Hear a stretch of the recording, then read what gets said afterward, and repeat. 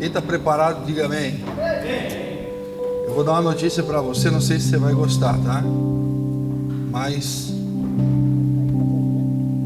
quem arrumou a sua cama aqui? Arrumou? Se a gente for lá agora, o lençol está esticadinho, arrumadinho. Os homens que querem dominar o mundo não arrumam nem a sua cama. Isso aqui a gente aprendeu nos retiros há uns 2 anos atrás. Vocês lembram da pedrada que o Boaz deu na gente? Eu quero falar sobre o assunto hoje. Eu tinha uma expectativa, eu vou compartilhar com vocês, alguns já sabem. Eu tinha uma expectativa de nesse final de semana fazer algo pela primeira vez, e que para mim seria uma grande conquista. Não teve tempo hábil, mas a ministração que eu vou trazer essa manhã aqui é sobre um capítulo do livro que nós estaríamos lançando, um livro meu, exclusivo para homens, e não deu tempo, guardei meu coração, vamos esperar, fazer bem, a gráfica fazer bem feitinho. Mas eu escolhi esse tema nessa manhã, justamente para nós tratarmos coisas de homens. Eu vou bater em vocês hoje mais do que o Patrick bateu nessa bateria.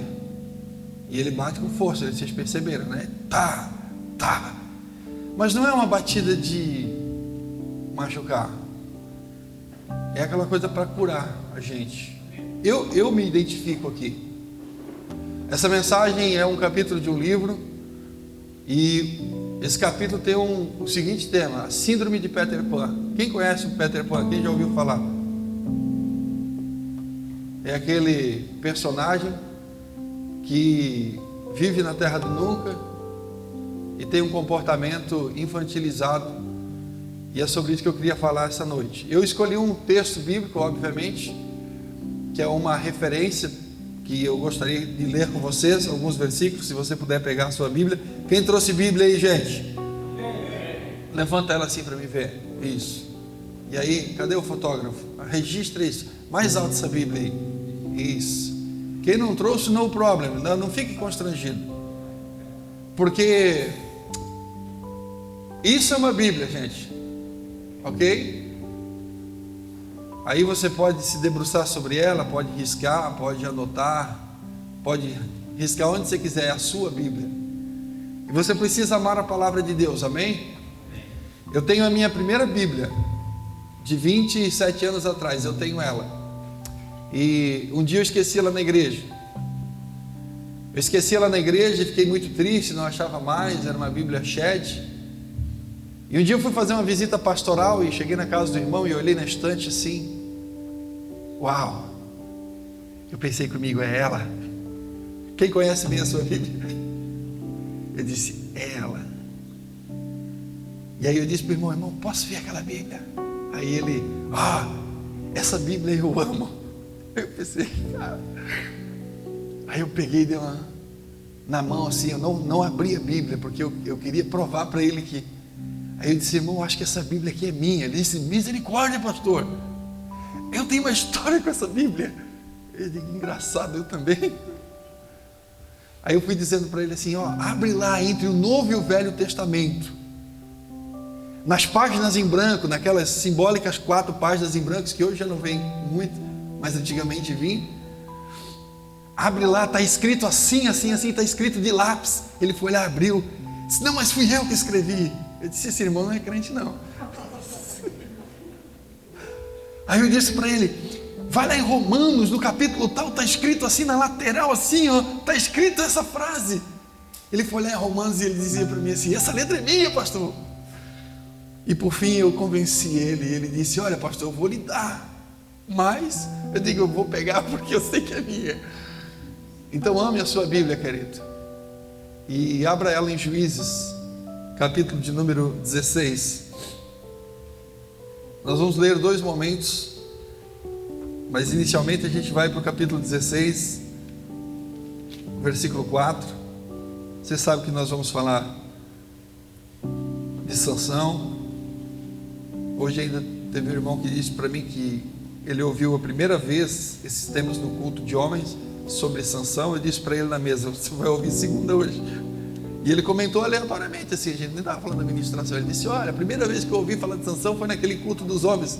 Aí eu fiquei meio constrangido, eu já avisei, eu disse: então tu vai ouvir de novo hoje. Diz assim o texto sagrado, capítulo 16, versículo 4: e depois disso aconteceu que afeiçoou-se a uma mulher do vale de Sorek, cujo nome era Dalila. Então os príncipes dos filisteus subiram a ela e lhe disseram: persuade-o e vê que em consiste a sua força, e como poderíamos assenhorar-nos dele e amarrá-lo, para assim afligirmos, e te daremos cada um de nós 1.100 moedas de prata. Amém? Só isso aqui por enquanto. Queridos, a primeira coisa que eu queria destacar antes de entrar aqui e falar sobre homens que não amadurecem. Isso é muito doído, porque ontem à noite eu falei que hoje seria uma continuação daquela introdução de ontem à noite. Mas maturidade não tem a ver com idade, embora a idade ajuda bastante, e muito na maturidade. Só quem tem filhos vai entender que, ou quem é filho, né? Todos nós somos, você vai entender que em algum dia o teu pai, a tua mãe te disse alguma coisa e falou para você aquela célebre frase que todo pai e mãe falam: um dia você vai me entender. E a gente não ouvia, a gente achava que, né, com 15 anos a gente já pode dominar o mundo. E aí a gente cresce, temos filhos, amadurecemos, e a gente olha para trás e diz assim: mamãe e papai estavam certos. E a experiência vai nos fazendo amadurecer. É certo, isso aqui não é uma novidade, não pode se tornar um clichê, mas é certo que todos nós que estamos aqui temos arrependimentos. Coisas que você fez e que você de fato não queria nem lembrar, ou se pudesse voltar no tempo, certamente que a totalidade aqui poderia voltar para consertar grandes e pequenas coisas que ficaram penduradas. Coisas que você fez, coisas que você disse, coisas que você deixou de fazer.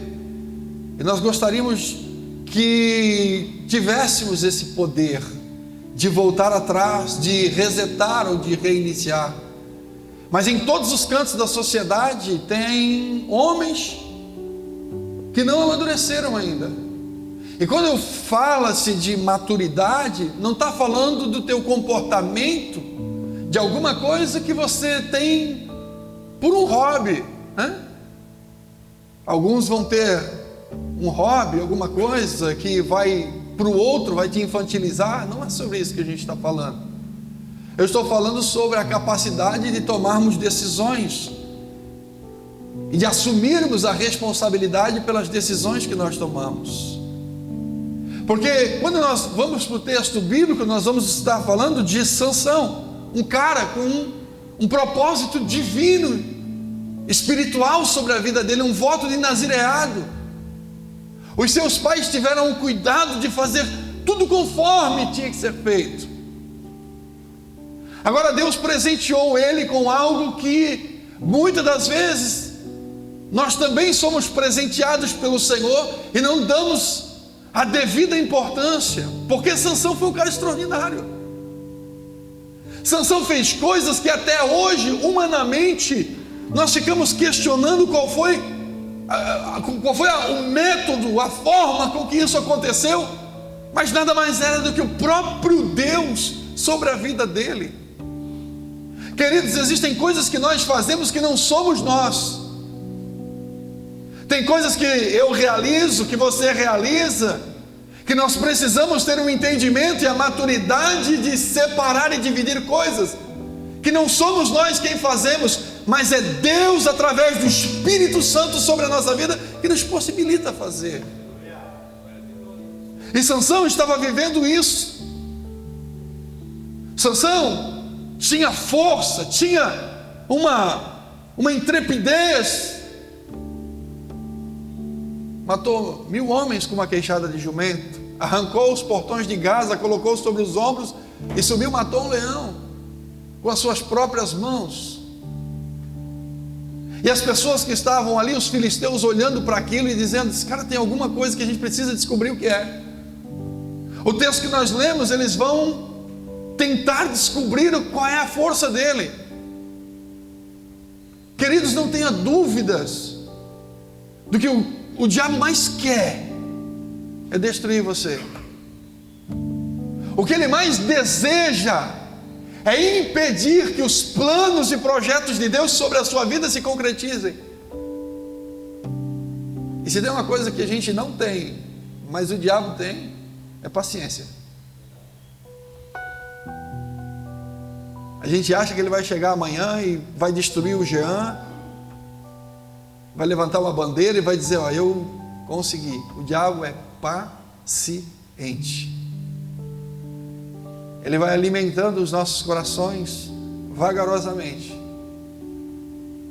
E nós começamos vagarosamente a abrir concessões.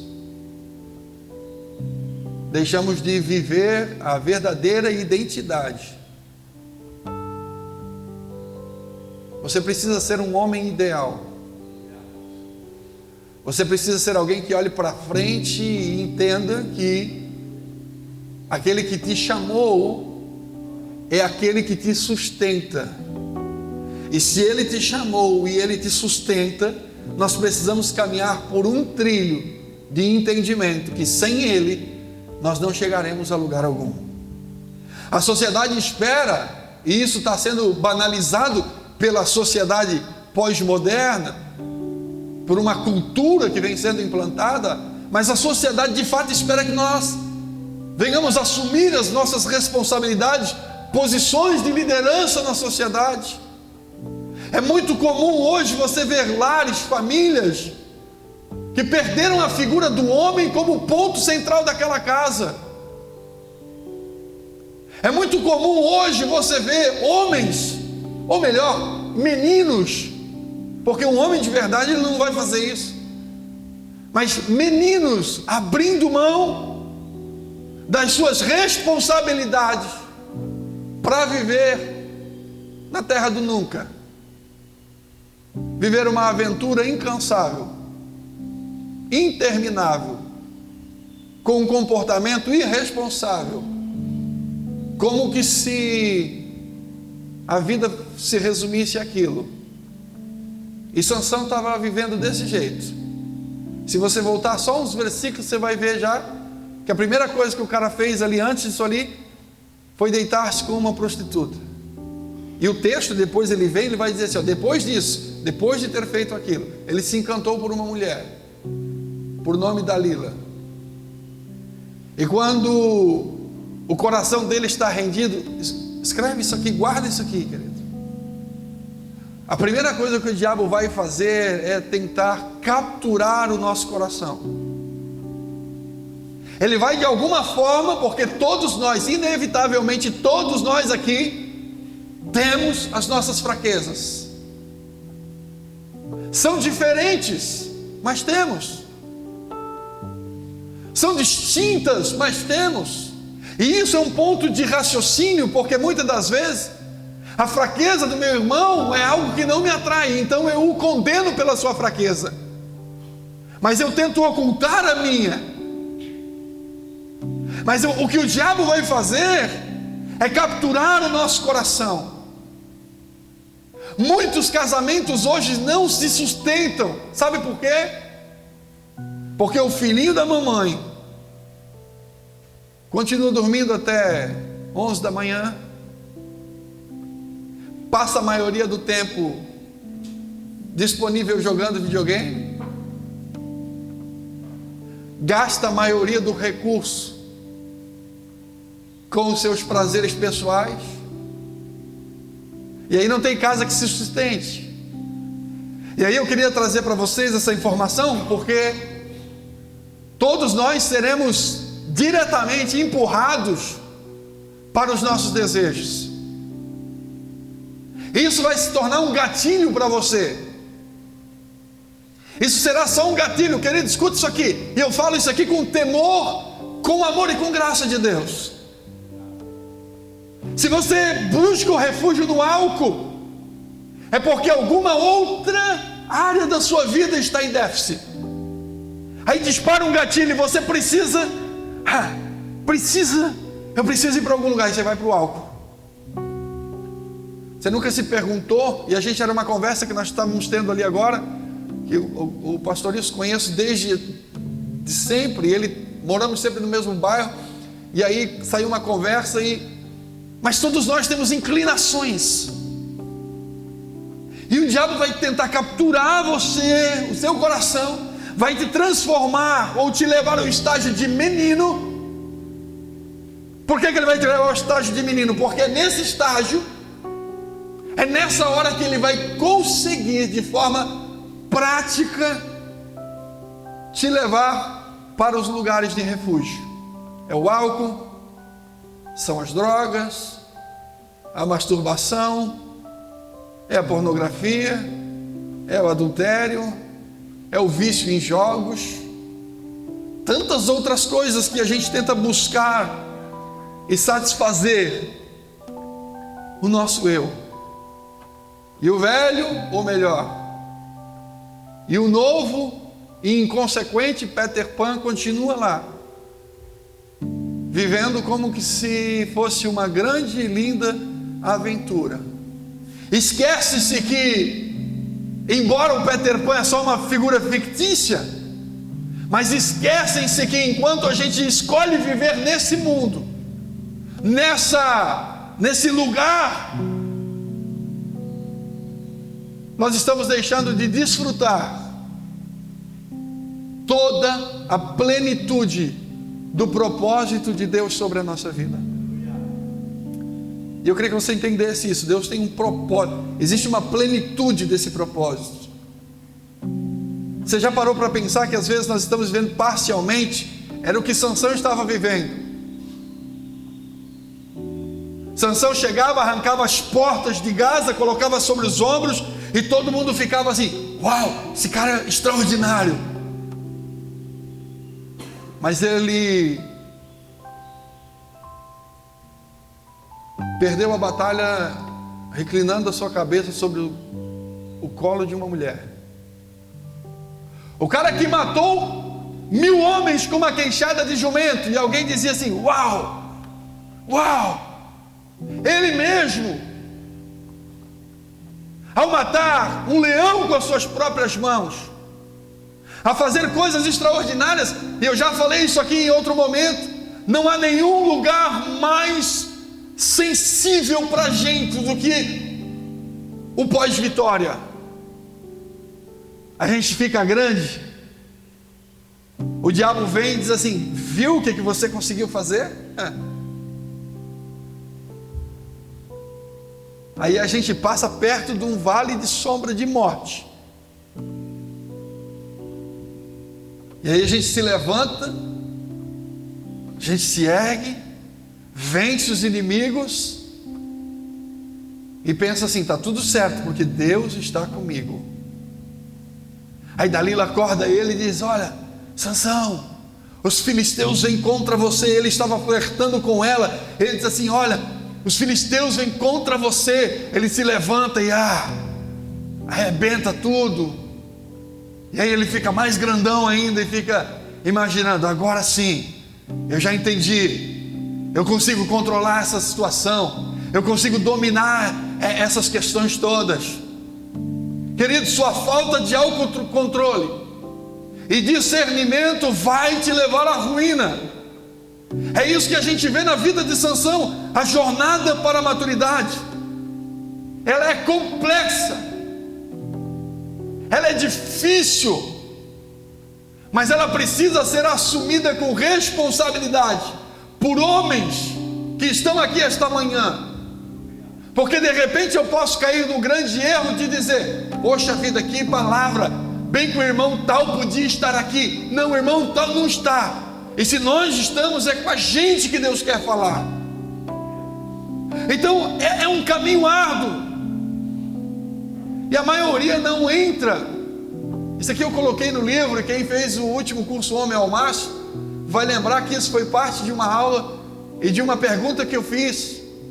A maioria dos homens hoje acabam desistindo da vida de lutar, porque viveram uma vida fugindo dos seus confrontos.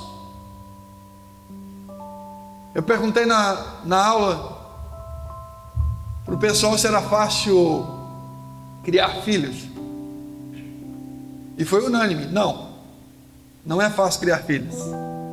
E eu disse para eles: cara, criar filho é muito fácil.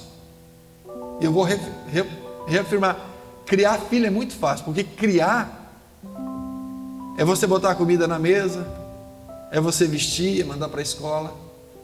O difícil é fazer com que esse menino ou esta menina torne-se um pai de família honrado e uma mãe de família honrada. Isso é difícil. Criar é fácil. Põe na escola, dá um par de tênis, compra mochila. Criar é fácil. Hoje a gente até, a gente tem um, outro diz: não, é muito difícil, é 2 e tal. Antigamente tinham 15, 16. Comia todo mundo na mesma mesa. Mas a gente vive fugindo de confrontos.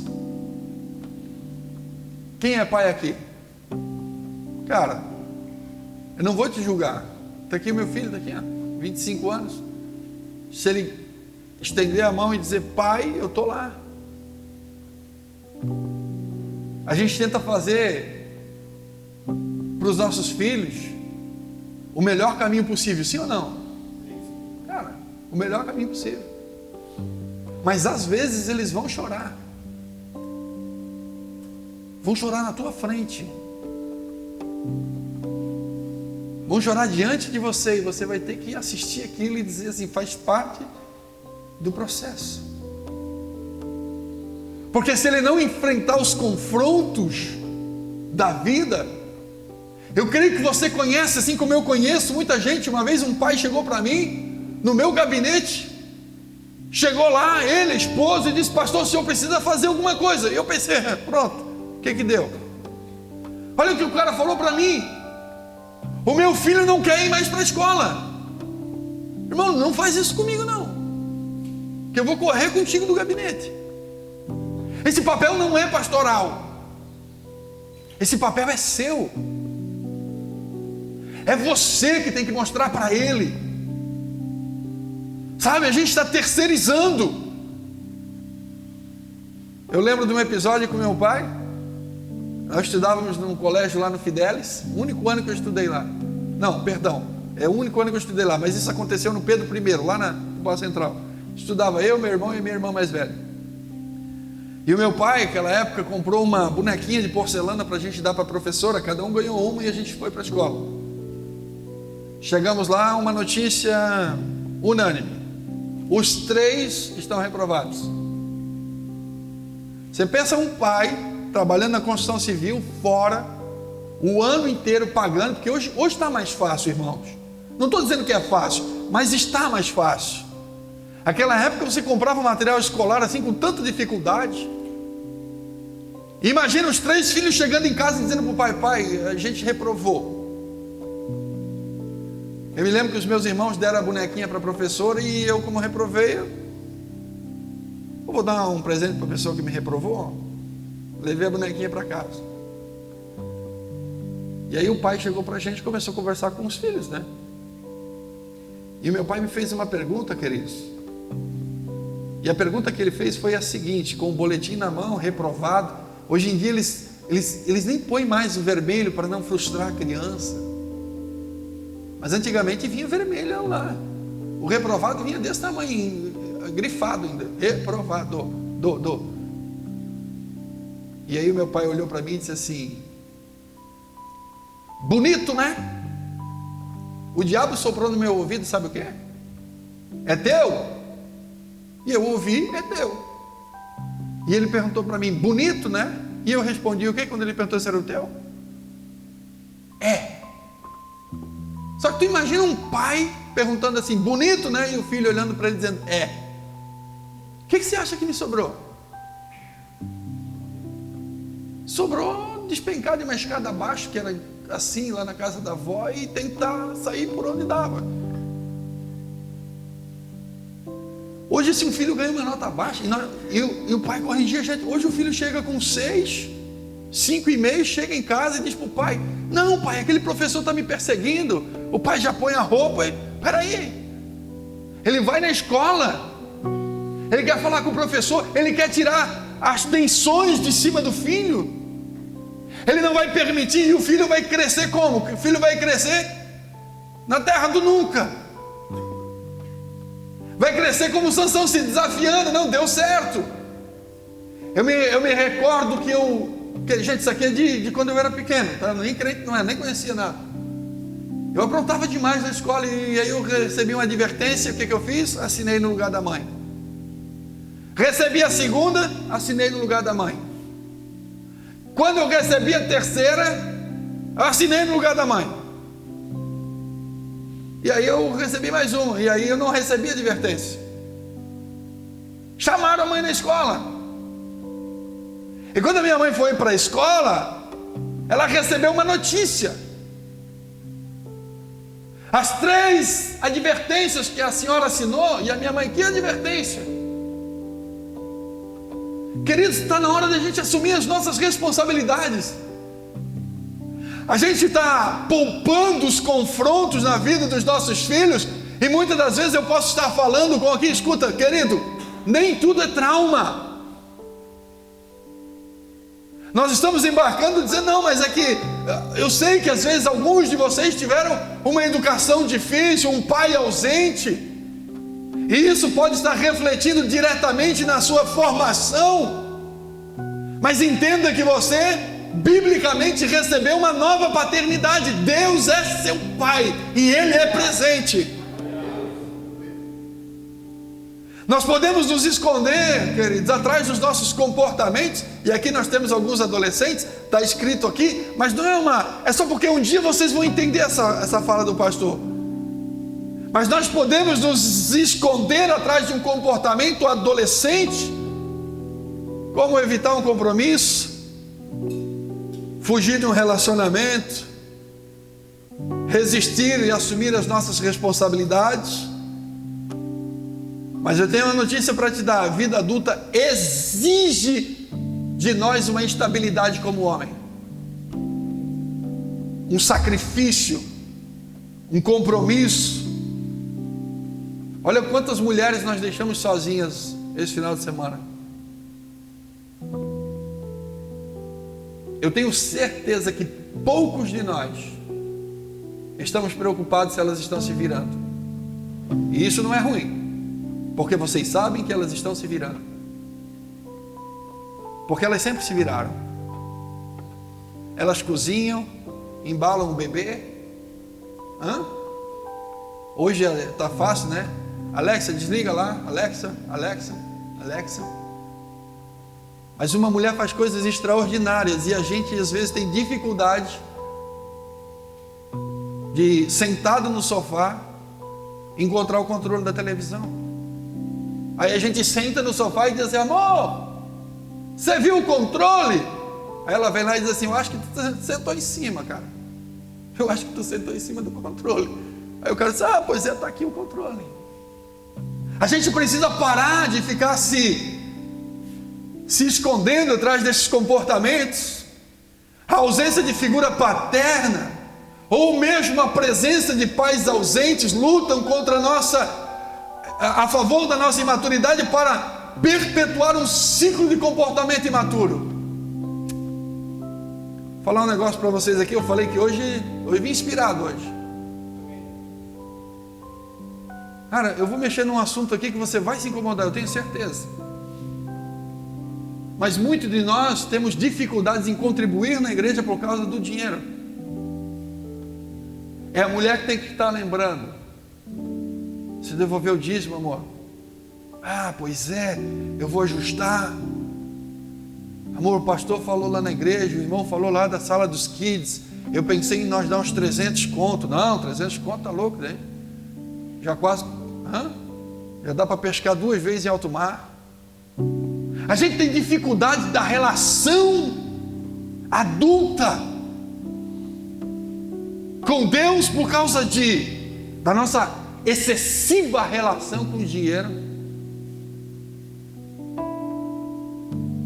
Você já percebeu que os nossos filhos, quando são assim mais novos, eu acho que eles imaginam que o dinheiro, a gente sai de casa, pega o carro, vai num campo, encontra uma árvore e tira assim, os mais novos acho que é assim, né? Pai, me dá, né? Eu quero. O meu netinho tem 2 anos e pouco, ele diz assim: eu preciso de um carrinho. Eu preciso.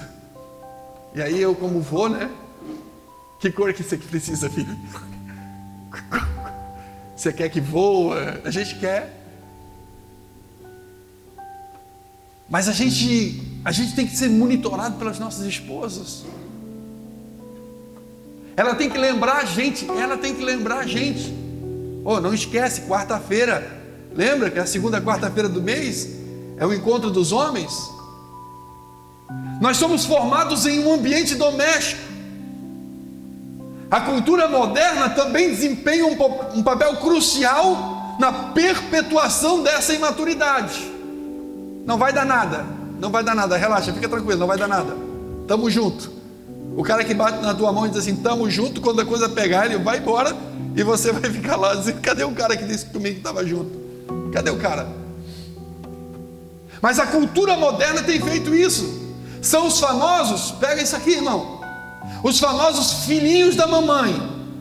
Em um dia falando aos homens dessa formação, eu coloquei esses filtros para os homens.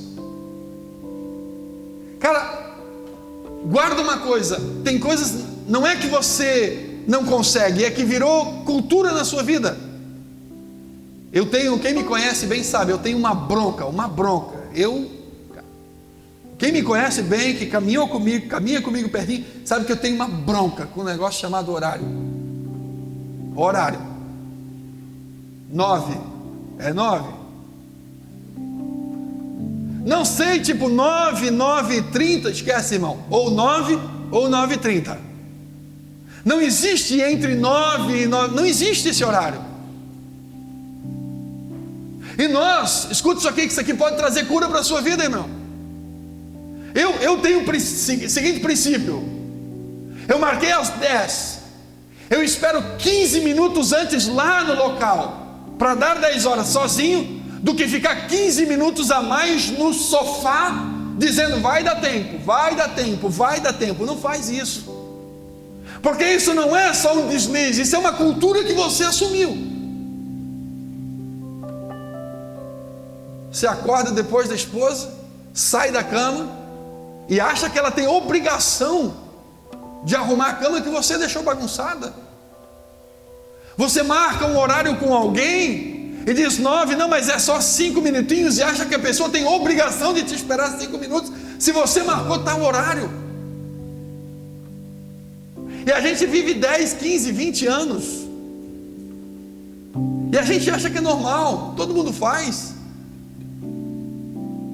Quando nós assumirmos as nossas pequenas responsabilidades, deixaremos de ser os filhinhos da mamãe, vamos passar a ser reconhecidos como homens de verdade, não homens imaturos. Deixamos as nossas responsabilidades, deixamos as nossas famílias e viemos para cá. E o meu desejo, a minha oração é não só você, mas que nós todos saiamos desse lugar com um entendimento que é possível mudar, que é possível ser alguém diferente. Há um tempo atrás eu fui visitar uma família que estava com a gente na igreja, não congregam mais conosco, mas eu fui visitar, e cheguei lá, estavam os filhos, aquela coisa toda, e a coisa acontecendo, e a casa não é minha, eu sou só o pastor, a casa não é minha, está entendendo? Então quem dita as regras dentro da casa não sou eu, é o homem. E começou aquele negócio, aquele movimento, e de repente, as coisas acontecendo, comida vieram vindo para a mesa, foram espalhando a comida, e de repente e alguém já meteu a mão, um dos garotos já meteu a mão, e já foi botando refrigerante no copo, e eu fiquei ali. Daqui a pouco o irmão disse assim: para, vamos orar que hoje o pastor está aqui. Cara, que vontade de levantar, pegar o que era meu e ir embora e dizer: se vocês não fazem por vocês, não é pelo pastor que vocês têm que fazer, não é pela presença pastoral que você tem que orar, não é pela presença pastoral que você tem que ler a palavra, não é pela presença de alguém que você vai criar um ambiente, um cenário. Não, queridos.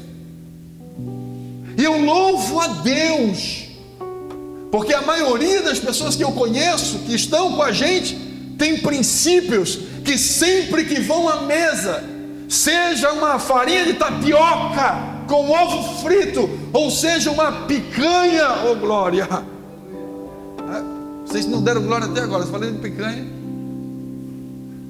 Independente do que você põe à mesa, muitos de nós levantamos a nossa mão e oramos ao Deus da provisão de todos os dias. Os seus filhos podem casar e ir embora, e é tão bacana porque a gente vai vendo. Isso é cultura do reino, irmãos. Guarda isso, é cultura do reino.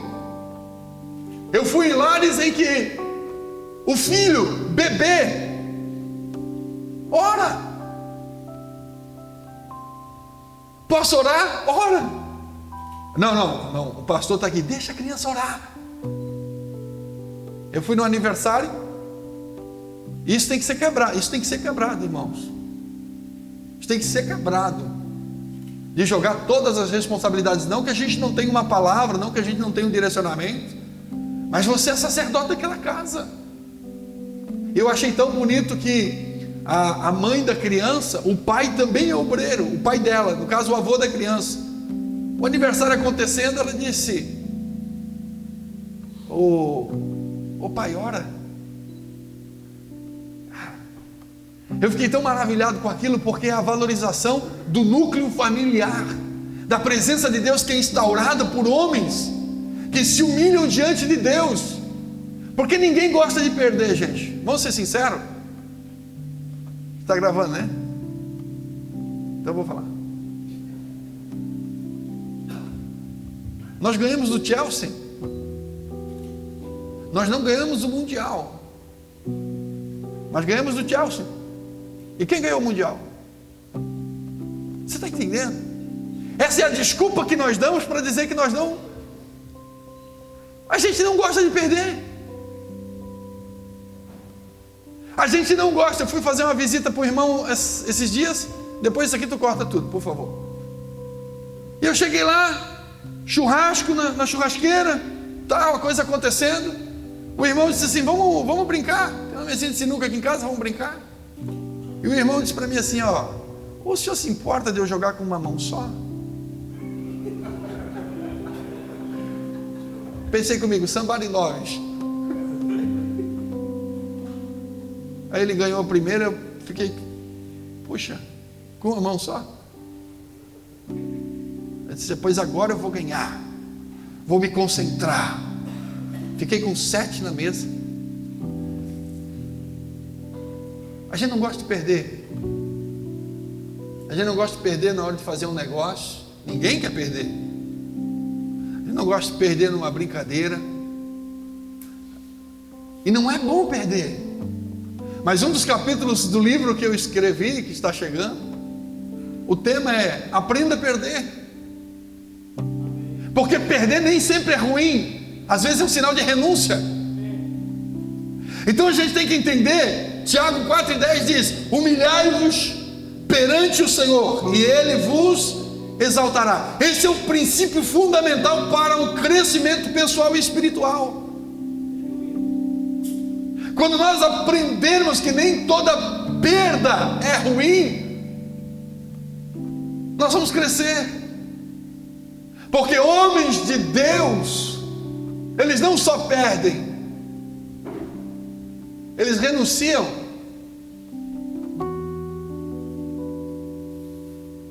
Essa agenda e esse discurso que nós estamos tendo atualmente, inclusive fundamentado pela palavra por alguns, que você vai vencer, vai vencer, vai vencer, vai vencer, vai vencer, vai vencer, ele não existe na sua totalidade.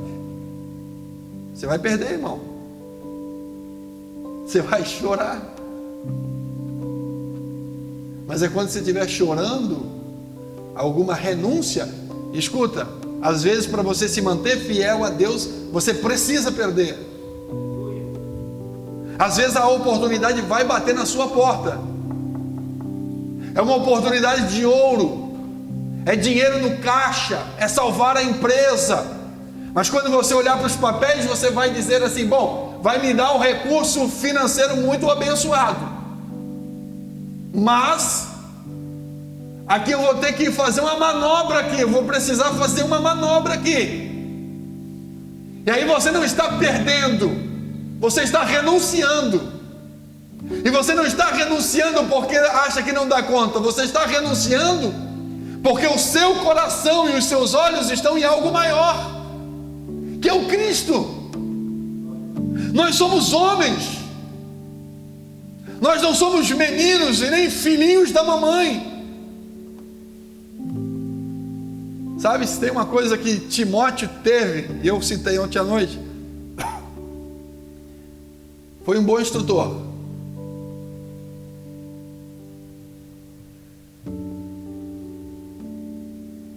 Você precisa parar de andar sozinho, irmão. Você está muito vulnerável. Você já chegou para alguém de confiança, e aqui eu falo e reforço, alguém da tua confiança, alguém espiritual, e teve a coragem de dizer assim: cara, eu estou quase pecando,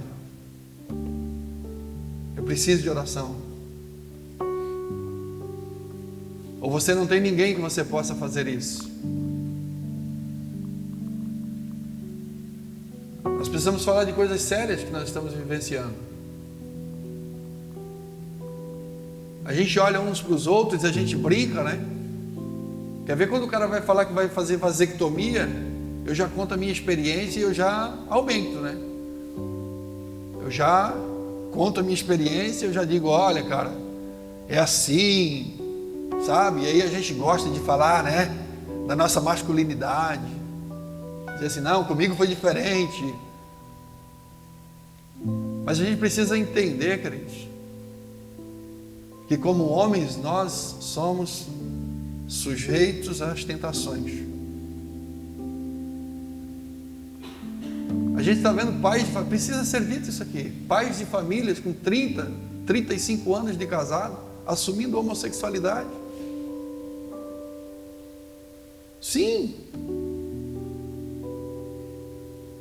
nós estamos vendo uma geração de homens afeminada. Sim. Eu não estou falando de cuidados pessoais, você tem que se cuidar mesmo, irmão, porque aquela época do bruto também já foi. Um dia riram de mim em um ambiente, nós estávamos em alguns pastores, e o cara olhou para mim e disse assim: você fez a sobrancelha? Eu disse: claro que eu fiz. Aquela pelaiada, sabe? Norte, sul, nordeste, linha do Equador. Tem que se ajeitar. Agora nós estamos excessivamente vendo uma sociedade afeminada, homens afeminados. E a gente tem que fazer o quê, queridos? A gente tem que assumir as nossas responsabilidades. É o filho que foi lá na escola quando criança, escuta isso aqui, e fez tudo que não prestava, e a mãe foi lá e disse: não, é o meu menino. Aí ele virou adolescente, ele foi lá e aprontou as dele, a mãe e o papai foram lá: não, é o meu menino, o meu menino. Ele virou jovem, começou a fazer tudo que não presta, e a mamãe disse assim: não, papai, um dia ele vai melhorar. Não foi corrigido, não foi exortado, não foi amado, não foi pastoreado, não foi cuidado, e ele foi crescendo. Quando ele chegou numa determinada altura da vida, ele entendeu: é assim mesmo, a vida é assim. Aí você não deixa ele chorar, a vida vai fazer ele chorar, e nem sempre você vai estar presente. E nós, queridos, já na meia idade, né? Eu digo que eu estou na meia idade, que eu quero chegar a um 100zão assim, se Jesus não voltar, quero chegar num 100zão assim, andando de bike e fazendo jiu-jitsu. Não parece, né? Mas esse momento vai chegar. Você está entendendo, queridos? Sabe onde é que a gente tem que se apoiar? Na palavra. Ô irmão, aqui, ó, aqui tem tudo que você precisa. Aqui tem tudo que você precisa para ser um bom pai, um bom esposo, para ter uma masculinidade curada, sarada, para deixar de ser aquele menino birrento que acha que tudo tem que corroborar a teu favor. A sociedade em si, eu vou ter que resumir aqui, porque senão, a sociedade em si, queridos, a comunidade local onde você convive. Eu me lembro, nós tínhamos uma vizinha, a dona Catarina. A gente morava lá e do lado tinha a dona Catarina. Eu fui trabalhar com 13 anos. E com 13 anos, quando eu fui trabalhar, sem precisar, mas eu fui trabalhar para não precisar estudar. O papai trabalhava sempre fora no Rio Grande do Sul, a gente ficava com a mãe, então a gente sabe, né? Pai ausente. Arrumei um serviço de servente pedreiro lá no Garcia. E eu me lembro quando eu peguei o meu primeiro cascalhinho na mão, uma sexta-feira. Vim para casa, já comprei um Raider. Tem alguém que usou Raider aqui, gente? Não me deixa só, glória a Deus.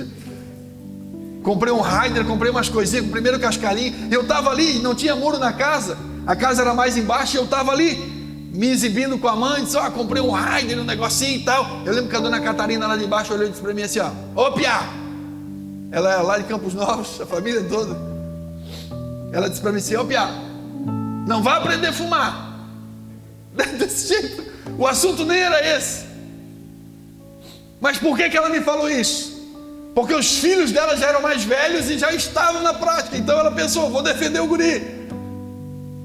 Sabe, irmãos, tem coisas que você viveu na sua vida, na sua infância, na sociedade local, na comunidade onde você está inserido, no ambiente onde a maturidade vai ser cultivada e o teu comportamento imaturo será extinto pela presença de pessoas maduras ao seu lado. Eu estava falando com o Jeff agora sobre isso ali, sobre a idade, a importância. É bíblico você ter pessoas maduras ao seu lado. E a gente precisa entender isso. Hebreus capítulo 10, versículo 24 e 25 diz assim: e considerando uns aos outros, para nos incentivarmos ao amor e às boas obras, não deixando de nos reunir como é costume de alguns, mas encorajando-nos mutuamente, ainda mais quando vocês veem que se aproxima o dia. A Bíblia está dizendo que incentivem-se uns aos outros. Fala para mim, qual foi a vez que você recebeu do seu amigo, do irmão que anda com você, a seguinte mensagem: cara, essa noite eu orei por você. Qual foi a vez que você olhou para alguém e você disse para ele assim: cara, eu percebo que posso orar contigo? O ambiente onde você vai sendo gerado, criado, discipulado. Ontem a gente estava aqui organizando e a gente saiu para almoçar. E eu sou muito observador, eu presto atenção em tudo, tá? Tem 10 falando do meu lado, eu já olho: não, eu também estava lá. Sim. E eu observo as conversas e tal. Mas essa não é uma conversa que eu observei, é uma conversa que veio a mim, e a pessoa disse assim: pastor, isso aqui precisa existir mais. Mesa.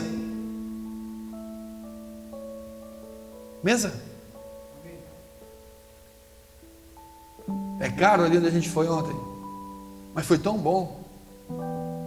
E a gente não vai fazer toda sexta. Não precisa ser toda semana. Mas a mesa onde você se relaciona precisa ser uma mesa madura. A mesa onde você se posiciona precisa ser uma mesa de homens que têm uma direção de Deus. Eu já fiz isso e alguns até estão aqui. Às vezes você precisa olhar para o cara e dizer, cara, tu está fora do caminho. A gente não precisa rir de toda piada. Às vezes você tem que confrontar ela. Às vezes você precisa dizer, isso aí você não devia ter dito isso, irmão. Mas a gente não quer estar nessa mesa. A gente quer estar na mesa onde a gente conta a piada, ainda que imoral, e os caras... Aí depois a gente sai dali e pensa assim, poxa, que feio. Você tem que ter dito na hora, não depois. Com amor, com graça, com carinho, porque nós não fomos chamados para matar ninguém, mas para curá-los. Mas a gente tem que dizer, não, você não devia ter dito isso, irmão. A gente está usando desculpas e o diabo está vindo e a gente se levanta e a gente faz assim, uau, nessa eu quase fui, mas eu vou me levantar e vou pegar os meus inimigos de novo, vou matá-los. Mas vai chegar uma hora, queridos,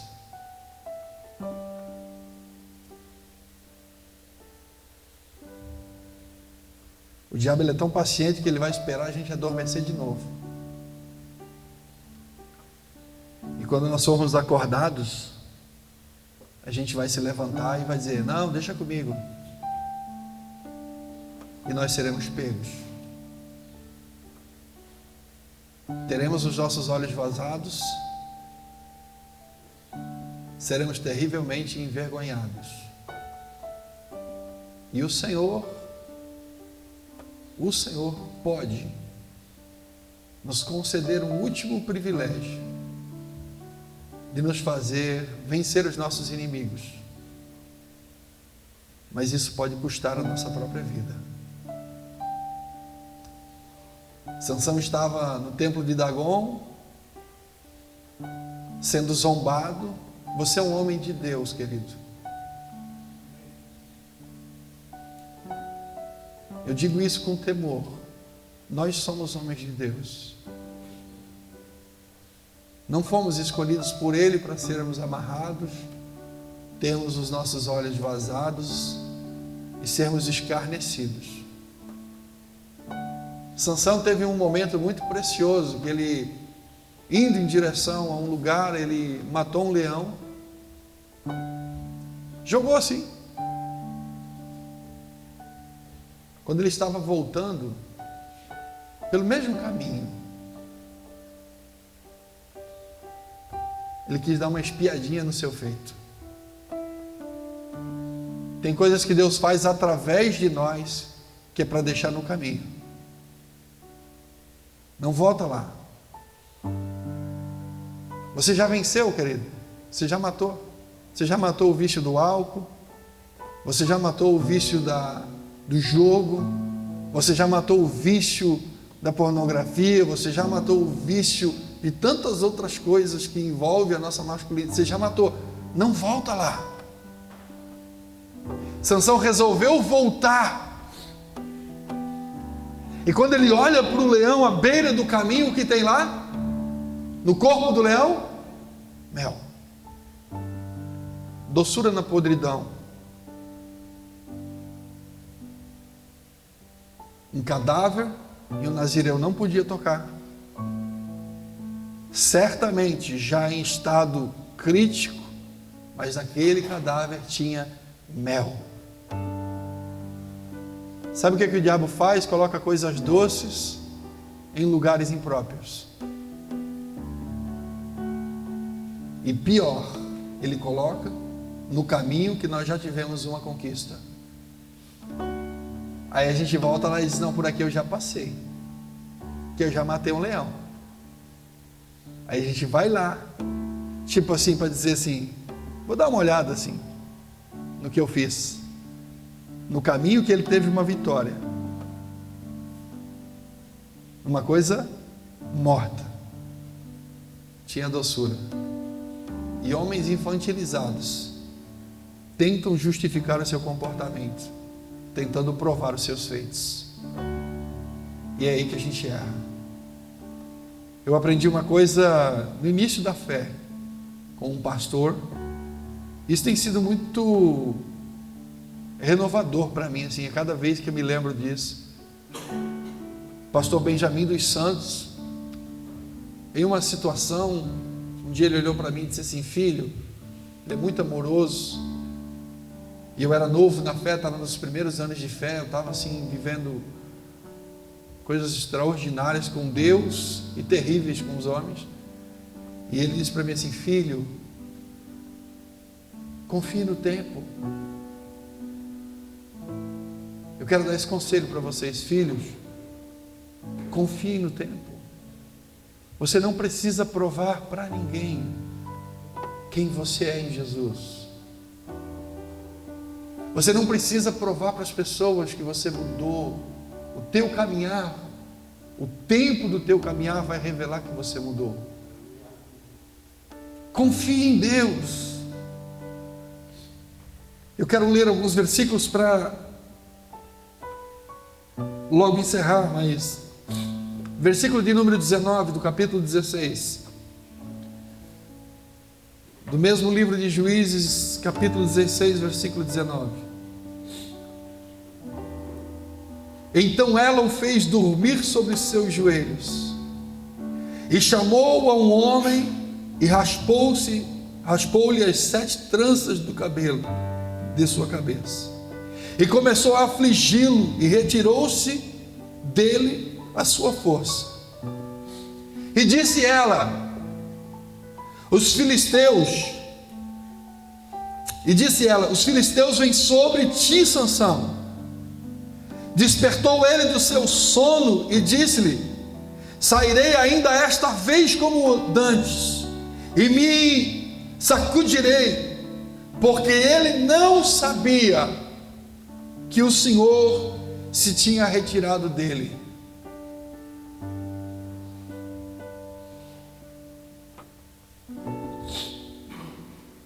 Quando olhamos para esse texto, nós temos que entender que a misericórdia de Deus, ela é diária, mas ela não tem a obrigação de permanecer com aqueles que rejeitam a graça de Deus. Sansão disse: eu vou me levantar de novo, vou pegar os caras, vou matar eles, está tudo certo. Dalila, a mulher para quem ele entregou o seu coração. E aí, quando eu falo isso, queridos, a gente não vai falar só sobre mulher, porque às vezes a gente entrega o coração para as nossas posses. O que você tem feito em prol do reino de Deus, filho? Ou você está trabalhando incansavelmente para enriquecer? E isso aqui não é uma palavra profética sobre a sua vida, mas é uma realidade. E de repente você adoecer e olhar para trás e dizer assim: poxa, eu podia ter feito tanto para Deus.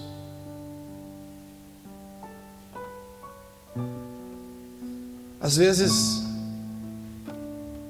eu fico me perguntando como a igreja do Senhor Jesus poderia avançar na cidade de uma forma extraordinária se tivessem 12 homens que estivessem dispostos a morrer por aquilo.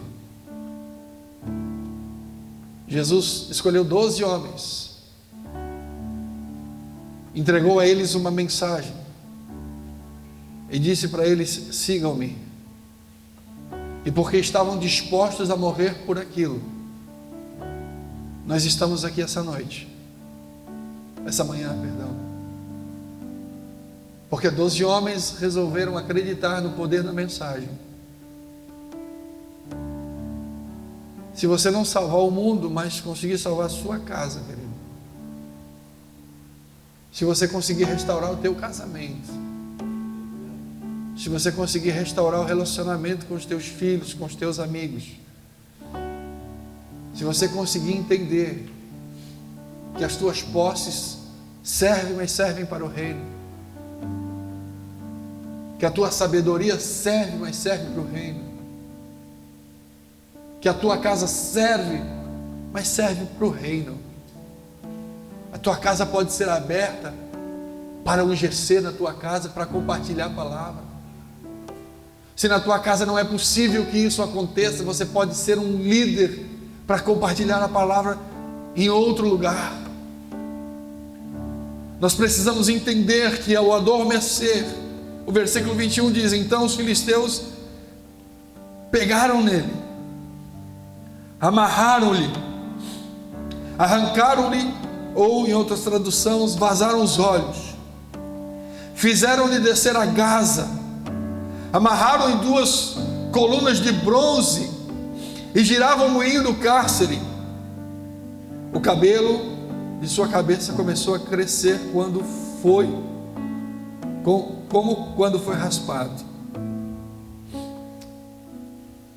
Quando o cabelo de Sansão começa a crescer, a alusão a isso aqui é que o Senhor está dizendo esta manhã para todos nós que é uma manhã de recomeço. A sua vida de oração pode retomar a sua vida de entrega ao Espírito Santo pode retomar. O Senhor quer usar você, irmão. O Senhor quer curar, te encher de dons. Você está entendendo o que o Espírito Santo quer fazer em nós? Ele orou, pediu forças a Deus. Deus deu. Ele abraçou as colunas do templo de Dagon, derrubou sobre eles, matou mais na sua morte do que em vida. E eu encerro essa mensagem com uma frase que eu fiz destaque no livro. Eu destaquei isso para que todos nós possamos guardar ela. A falta dessa disciplina e orientação pode resultar em uma incapacidade de amadurecer. A gente brincou aqui no começo? Não. Eu perguntei quem arrumou a sua cama. Alguns arrumaram, outros não. Mas o que eu expus nessa frase é que a falta de disciplina pode impossibilitar e levar você a viver nessa vida de falta de maturidade. Quando você se dispõe a ser alguém diferente, eu tenho certeza, queridos, que o Espírito de Deus, eu creio no poder do Espírito de Deus sobre as nossas vidas. Eu creio que esta manhã Ele pode e está, não só pode, mas Ele está trazendo. Outro dia eu preguei na comunidade, trazendo à memória aquilo que me traz esperança. Quantas vezes fomos visitados pelo Senhor? Quantas vezes fomos ministrados pela palavra e olhamos dentro da palavra o nosso erro? Olhamos aqui que nós somos homens soberbos. Olhamos aqui que somos homens avarentos. Olhamos aqui que somos homens apaixonados pela nossa própria vida. Vimos aqui que falta-nos espiritualidade, maturidade, sensibilidade. Mas nessa manhã, a nossa oração, a minha oração, é que você seja cheio da graça, cheio da unção, cheio do renovo de Deus. Então eu queria convidar você para se colocar de pé comigo.